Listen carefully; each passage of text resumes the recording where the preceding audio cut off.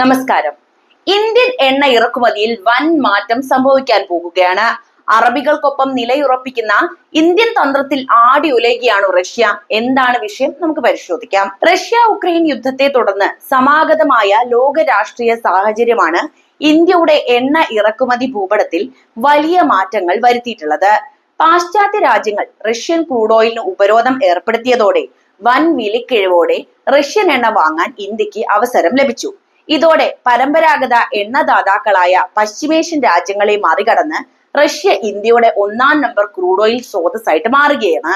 എന്നാൽ അമേരിക്കയുടെ പുതിയ ഉപരോധ ഭീഷണികളും റഷ്യൻ എണ്ണ കമ്പനികൾക്ക് കപ്പലുകൾ ലഭിക്കുന്നതിലെ ബുദ്ധിമുട്ടുകളും കാരണം ഈ റഷ്യൻ കാലം അധികം നീണ്ടു നിൽക്കുന്നില്ല എന്ന് ഇന്ത്യൻ എണ്ണ കമ്പനികൾ ഇതിനോടകം തന്നെ തിരിച്ചറിഞ്ഞു തുടങ്ങിയിരിക്കുകയാണ്. റഷ്യൻ എണ്ണ ഇറക്കുമതി നവംബർ പകുതിയോടെ കുത്തനെ കുറയ്ക്കാൻ ഇന്ത്യൻ കമ്പനികൾ ഒരുങ്ങുന്നു എന്ന റിപ്പോർട്ടുകൾ ഈ മാറ്റത്തിന്റെ സൂചനയാണ് നൽകുന്നത്. ഈ സാഹചര്യത്തിൽ ഇന്ത്യയുടെ എണ്ണ സുരക്ഷ ഉറപ്പാക്കാൻ പുതിയ തന്ത്രങ്ങൾ ആവിഷ്കരിക്കുകയാണ് ഇന്ത്യൻ ഓയിൽ കമ്പനികൾ. റഷ്യൻ എണ്ണയുടെ ലഭ്യത കുറയുമ്പോൾ ഇന്ത്യ വീണ്ടും പരമ്പരാഗത സ്രോതസ്സുകളിലേക്ക് ശ്രദ്ധ തിരിക്കുകയാണ്. പശ്ചിമേഷ്യയിലെയും ആഫ്രിക്കയിലെയും രാജ്യങ്ങളാണ് ഇന്ത്യയുടെ പ്രധാന ആശ്രയം. റഷ്യയ്ക്ക് ശേഷം നിലവിൽ ഇന്ത്യ കൂടുതൽ ക്രൂഡ് ഓയിൽ വാങ്ങുന്ന രാജ്യങ്ങൾ ഇറാഖും അതുപോലെ സൗദി അറേബ്യയുമാണ്. റഷ്യൻ എണ്ണയുടെ ലഭ്യത വർദ്ധിച്ചപ്പോൾ സൗദിയുടെയും ഇറാഖിന്റെയും വിപണി വിഹിതം ഇന്ത്യയിൽ കുറഞ്ഞിരുന്നു. എന്നാൽ റഷ്യൻ എണ്ണയുടെ കിഴിവ് കുറഞ്ഞതോടെ സൗദി അറേബ്യ അടക്കമുള്ള രാജ്യങ്ങൾ വിലയിൽ ചെറിയ ഇളവുകൾ നൽകാൻ തയ്യാറായത് ഇന്ത്യക്ക് ഇവിടെ ഗുണകരമാവുകയാണ്. ഇറാഖും സൗദിയും നിലവിൽ വലിയ അളവിൽ എണ്ണ നൽകുന്നുണ്ട് എങ്കിലും ഏതെങ്കിലും ഒരു രാജ്യത്തെ മാത്രം അമിതമായി ആശ്രയിക്കുന്നത് ഭാവിയിൽ വിലപേശൽ ശേഷിയെ ബാധിക്കുമെന്ന ബോധ്യം ഇന്ത്യക്ക് ഇപ്പോഴുണ്ട്. ഈ എണ്ണ ഭീമന്മാരെ ആശ്രയിക്കുമ്പോൾ തന്നെ ആഫ്രിക്കൻ രാജ്യങ്ങളിൽ നിന്നും അതുപോലെ എണ്ണ ഇറക്കുമതി വർദ്ധിപ്പിക്കാനുള്ള നീക്കങ്ങളും ഇന്ത്യ സജീവമായിട്ട് നടപ്പിലാക്കുന്നുണ്ട് എന്നത് ഇവിടെ പറയേണ്ട ഒരു കാര്യമാണ്. പശ്ചിമേഷ്യയിലെയും ആഫ്രിക്കയിലെയും എണ്ണ സ്രോതസ്സുകൾക്ക് പുറമെ ഇന്ത്യ ഇപ്പോൾ സിറിയയെ കൂടി നോട്ടമിടുന്നു എന്ന റിപ്പോർട്ടുകളാണ് ഈ വിഷയത്തിലെ ഏറ്റവും പുതിയ വഴിത്തിരിവ് പോലും. സിറിയയിൽ ആഭ്യന്തര യുദ്ധം കൊടുമ്പിരി കൊള്ളുന്നതിന് മുൻപ് പ്രതിദിനം 4 ലക്ഷം ബാരൽ വരെ എണ്ണ ഉൽപ്പാദിച്ചിരുന്ന ഒരു വലിയ രാജ്യമായിരുന്നു സിറിയ. രാഷ്ട്രീയ അസ്ഥിരത കാരണം നിലവിൽ ഉൽപാദനം കുറവാണെങ്കിലും സിറിയൻ തീരങ്ങളിൽ റഷ്യൻ നാവികസേനയ്ക്ക് താവളമുള്ളതും മുൻപ് ഭരണകൂടം റഷ്യയുമായും ഇറാനുമായും സഹകരിച്ചിരുന്നതും ശ്രദ്ധേയമാണ്. യുദ്ധത്തിന് മുൻപ് ഇന്ത്യയുടെ ഹിന്ദുസ്ഥാൻ പെട്രോളിയം കോർപ്പറേഷൻ ലിമിറ്റഡ് അതായത് HPCL, oil and natural gas corporation ONGC എന്നീ കമ്പനികൾക്ക് സിറിയയിലെ എണ്ണപ്പാടങ്ങളിൽ പങ്കാളിത്തം ഉണ്ടായിരുന്നു. നിലവിലെ വിമത ഭരണകൂടത്തിന്റെ കീഴിൽ സിറിയയുടെ എണ്ണ വ്യവസായം എങ്ങനെ മുന്നോട്ടു പോകുമെന്നത് വ്യക്തമല്ല എങ്കിലും സിറിയയിലെ പുതിയ സർക്കാരുമായി സഹകരിച്ച് പ്രവർത്തിക്കാൻ ഇന്ത്യക്ക് സാധിക്കുകയാണെങ്കിൽ ഭാവിയിൽ സിറിയൻ എണ്ണയും അതുപോലെ ഇന്ത്യൻ റിഫൈനറികളിലേക്ക് എത്താനുള്ള സാധ്യത നമുക്ക് തള്ളിക്കളയാനാകില്ല. എണ്ണ ഇറക്കുമതി സ്രോതസ്സുകൾ വൈവിധ്യവൽക്കരിക്കാനുള്ള ഇന്ത്യയുടെ തന്ത്രപരമായ നീക്കത്തിന്റെ ഭാഗമായി സിറിയയെ നമുക്ക് കാണാൻ കഴിയും. ലോകത്തിലെ ഏറ്റവും വലിയ 3ാമത്തെ ക്രൂഡ് ഓയിൽ ഉപഭോക്താവാണ് ഇന്ത്യ. രാജ്യത്തിന്റെ മൊത്തം ആവശ്യകതയുടെ 88% ഇറക്കുമതിയെ ആശ്രയിച്ചാണ് ഇപ്പോൾ നടക്കുന്നത്. റഷ്യൻ എണ്ണയുടെ കിഴിവ് നഷ്ടമാകുന്നതും പശ്ചിമേഷ്യയിൽ ഇസ്രായേൽ ഇറാൻ സംഘർഷം പോലുള്ള രാഷ്ട്രീയ മാറ്റങ്ങൾ ഉണ്ടാകുന്നതും ആഗോള എണ്ണ വിലയെയും അതുവഴി ഇന്ത്യയുടെ സാമ്പത്തിക സ്ഥിതിയെയും സാരമായി ബാധിക്കാൻ സാധ്യതയുണ്ട്. ഈ സാഹചര്യത്തിൽ എണ്ണ ഇറക്കുമതിയുടെ കാര്യത്തിൽ ഏതെങ്കിലും ഒരു രാജ്യത്തെ മാത്രം അമിതമായി ആശ്രയിക്കാതെ സിറിയയെ പോലുള്ള പുതിയ രാജ്യങ്ങളിലേക്കും ആഫ്രിക്കൻ വിപണികളിലേക്കും ശ്രദ്ധ കേന്ദ്രീകരിക്കുന്നത് ഇന്ത്യയുടെ ഊർജ്ജ സുരക്ഷ അതായത് എനർജി സെക്യൂരിറ്റി ഉറപ്പാക്കുന്നതിൽ നിർണായകം തന്നെയാണ്. റഷ്യയിൽ നിന്നുള്ള എണ്ണയുടെ ലഭ്യത കുറഞ്ഞു വരുന്ന പശ്ചാത്തലത്തിൽ ഇന്ത്യയുടെ എണ്ണ കമ്പനികൾ പരമ്പരാഗത പങ്കാളികളായ പശ്ചിമേഷ്യൻ രാജ്യങ്ങളുമായിട്ടുള്ള ബന്ധം സജീവമാക്കുകയും അതുപോലെ തന്നെ കൂടുതൽ ശക്തിപ്പെടുത്തുകയും പുതിയ രാജ്യങ്ങളെ ലക്ഷ്യമിടുകയും ചെയ്യുകയാണ് ഇപ്പോൾ. ഇത് കേവലം ക്രൂഡ് ഓയിൽ ഇറക്കുമതി എന്നതിനപ്പുറം ദീർഘകാല ഊർജ്ജ സുരക്ഷ ലക്ഷ്യമിട്ടിട്ടുള്ള തന്ത്രപരമായ നീക്കമായിട്ട് തന്നെ കാണണം. നമുക്ക് ഓരോ രാജ്യത്തെ നോക്കാം. ഇറാഖ് ഇന്ത്യയുടെ വിശ്വസ്തതയിൽ 2ാം സ്ഥാനക്കാരനാണ്. റഷ്യൻ യുദ്ധത്തിന് ശേഷവും ഇറാഖ് ഇന്ത്യയുടെ ഏറ്റവും വലിയ 2ാമത്തെ എണ്ണദാതാവായിട്ടാണ് തുടരുന്നത്. ഇന്ത്യയുടെ മൊത്തം എണ്ണ ഇറക്കുമതിയുടെ ഏകദേശം 20% മുതൽ 23% വരെ ഇറാഖിൽ നിന്നാണ്. നിലവിലെ ഇവരുടെ സഹകരണം നോക്കുകയാണെങ്കിൽ റഷ്യൻ എണ്ണ ഇറക്കുമതി കുറയുമ്പോൾ ഇറാഖിൽ നിന്നുള്ള എണ്ണ ഇറക്കുമതി ഇന്ത്യ വീണ്ടും വർദ്ധിപ്പിക്കാനുള്ള സാധ്യതയുണ്ട്. ഒപെക് രാജ്യങ്ങളുടെ ഉൽപാദന നിയന്ത്രണങ്ങൾക്കിടയിലും ഇറാഖ് ഉൽപാദനം വർദ്ധിപ്പിക്കാൻ ശ്രമിക്കുന്നത് ഇന്ത്യക്ക് ഇവിടെ ഗുണം ചെയ്യും. ഇറാഖുമായി ഇന്ത്യക്ക് അടുത്ത സൗഹൃദം ഉള്ളതിനാൽ ഇറാഖ് ഉൽപാദനം വർദ്ധിപ്പിക്കുമ്പോൾ അതിന്റെ നേട്ടം ഇന്ത്യക്ക് ലഭിക്കാൻ സാധ്യതയുണ്ട്. പക്ഷെ പല വെല്ലുവിളികളും ഇവിടെ ഉണ്ടെന്ന് പറയണം. അതായത് യൂറോപ്യൻ യൂണിയൻ ഉപരോധം നേരിടുന്ന റഷ്യൻ ഉടമസ്ഥതയിലുള്ള നയാര എനർജി പോലുള്ള ചില ഇന്ത്യൻ റിഫൈനറികൾക്ക് ഇറാഖി എണ്ണ കമ്പനിയായിട്ടുള്ള സൊമോ വിതരണം നിർത്തിയത് ഈ മേഖലയിലെ രാഷ്ട്രീയ വെല്ലുവിളികളുടെ സൂചന തന്നെയാണ് നൽകുന്നത്. നമുക്ക് രണ്ടാമത്തെ രാജ്യമായിട്ടുള്ള സൗദിയിലേക്ക് വരാം.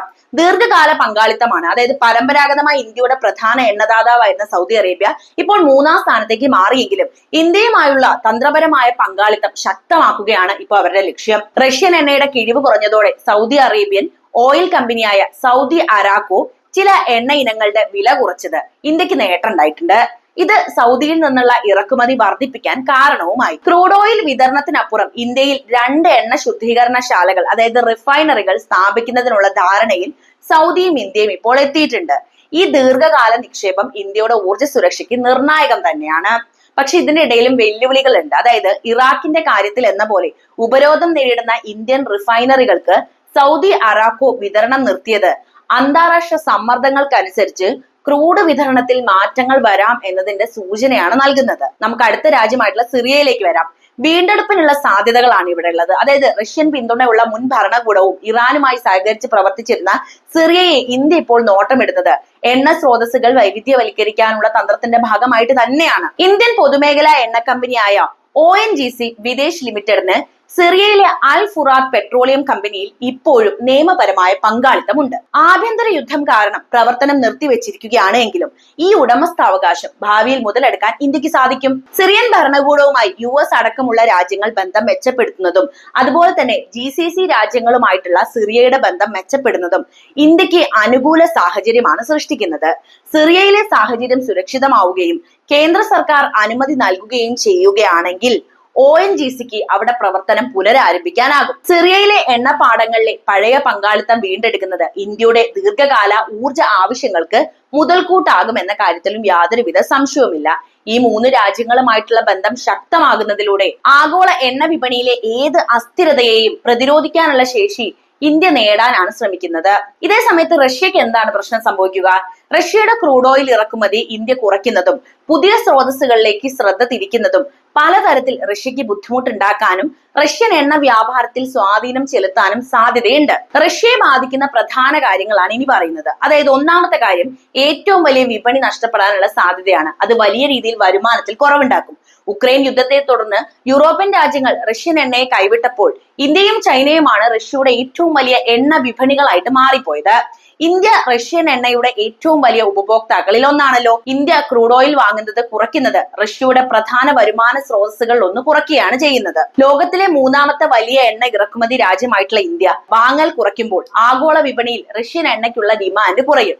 ഇത് റഷ്യയെ കൂടുതൽ വിലക്കിഴിവുകൾ നൽകാൻ നിർബന്ധിതരാക്കും. മറ്റൊരു പ്രശ്നം വിലപേശലാണ്. അതായത് വിലപേശൽ ശക്തിയിൽ കാര്യമായിട്ട് ഇടിവ് സംഭവിക്കും. പാശ്ചാത്യ രാജ്യങ്ങൾ റഷ്യൻ എണ്ണയ്ക്ക് ഒരു പ്രൈസ് ക്യാപ്പ് ഏർപ്പെടുത്തിയ പശ്ചാത്തലത്തിൽ ഇന്ത്യക്ക് റഷ്യയുമായി വലിയ വിലക്കിഴിവോടെ എണ്ണ വാങ്ങാൻ സാധിച്ചിരുന്നു. ഇന്ത്യ പുതിയ സ്രോതസ്സുകളിലേക്ക് തിരിയുകയാണെങ്കിൽ റഷ്യക്ക് ഇന്ത്യയുമായി വില പേശാനുള്ള ശേഷി കുറയാണ് ചെയ്യുന്നത്. കുറഞ്ഞ വിലയിൽ വിൽക്കാൻ റഷ്യ നിർബന്ധിതമാകുകയും ചെയ്യും. ഇതിൽ എടുത്തു പറയേണ്ടത് അമേരിക്കയുടെ ഉപരോധം തന്നെയാണ് കേട്ടോ. അമേരിക്കൻ ഉപരോധ ഭീഷണികൾ ഇന്ത്യയെ റഷ്യൻ എണ്ണയിൽ നിന്ന് അകറ്റാൻ പ്രധാന കാരണം തന്നെയാണ്. ഉപരോധങ്ങൾ മറികടക്കാനും ഉപഭോക്താക്കളെ നിലനിർത്താനും റഷ്യക്ക് കൂടുതൽ ബുദ്ധിമുട്ടേണ്ടി വരും എന്ന കാര്യത്തിൽ യാതൊരുവിധ സംശയവുമില്ല. റഷ്യൻ എണ്ണ കയറ്റുമതിക്കായി ഉപയോഗിക്കുന്ന ടാങ്കർ കപ്പലുകൾക്ക് മേൽ അമേരിക്കയും അതുപോലെ തന്നെ യൂറോപ്യൻ യൂണിയനും ഉപരോധം ഏർപ്പെടുത്തിയിട്ടുണ്ട് എന്ന കാര്യം നമുക്ക് അറിയാവുന്നതാണല്ലേ. ഇന്ത്യ റഷ്യൻ എണ്ണ ഇറക്കുമതി കുറയ്ക്കുന്നതോടെ ഉപരോധം നേരിടുന്ന ടാങ്കറുകൾക്ക് പുതിയ ഉപഭോക്താക്കളെ കണ്ടെത്തേണ്ടതായി വരും. ഇത് റഷ്യയുടെ ഷിപ്പിംഗ് ചെലവ് വർദ്ധിപ്പിക്കുകയും ലോജിസ്റ്റിക് രംഗത്ത് കൂടുതൽ പ്രതിസന്ധി സൃഷ്ടിക്കുകയും ചെയ്യും. ഇന്ത്യ റഷ്യൻ എണ്ണ ഇറക്കുമതി കുറയ്ക്കുമ്പോൾ ചൈന, ടർക്കി തുടങ്ങിയ ചുരുക്കം ചില ഏഷ്യൻ രാജ്യങ്ങളെ റഷ്യക്ക് കൂടുതൽ ആശ്രയിക്കേണ്ടതായി വരും. ഇത് റഷ്യയുടെ എണ്ണ വിപണിയിലെ വൈവിധ്യം കുറയ്ക്കുകയും ആ രാജ്യങ്ങളുമായി വിലപേശുന്നതിൽ റഷ്യക്ക് കൂടുതൽ ബുദ്ധിമുട്ടുണ്ടാക്കുകയും ചെയ്യും. ചുരുക്കി പറഞ്ഞാൽ റഷ്യൻ എണ്ണയെ ആശ്രയിക്കുന്നത് ഇന്ത്യ കുറയ്ക്കുന്നതും ഗൾഫ് ആഫ്രിക്കൻ രാജ്യങ്ങളുമായിട്ട് പങ്കാളിത്തം ശക്തിപ്പെടുത്തുന്നതും റഷ്യൻ സമ്പദ് വ്യവസ്ഥയ്ക്കും അതുപോലെ തന്നെ റഷ്യയുടെ എണ്ണ വിപണിക്കും ഒരു തിരിച്ചടി തന്നെയാണ്. തങ്ങളുടെ എണ്ണയുടെ പ്രധാന വാങ്ങൽക്കാരനെ നഷ്ടപ്പെടാതിരിക്കാൻ റഷ്യ കൂടുതൽ ഇളവുകളും അതുപോലെ തന്നെ വാഗ്ദാനങ്ങളും നൽകാൻ നിർബന്ധിതരാകുകയും ഇന്ത്യയെ പിടിച്ചു നിർത്തേണ്ടത് റഷ്യയുടെ ആവശ്യമായിട്ട് വരികയും ചെയ്യും. അപ്പോൾ ഈ വിഷയത്തിൽ നിങ്ങളുടെ നിലപാട് എന്താണെന്ന് കമന്റ് ചെയ്യുക. മറ്റൊരു വാർത്തയുമായി വീണ്ടും എത്താം. നന്ദി.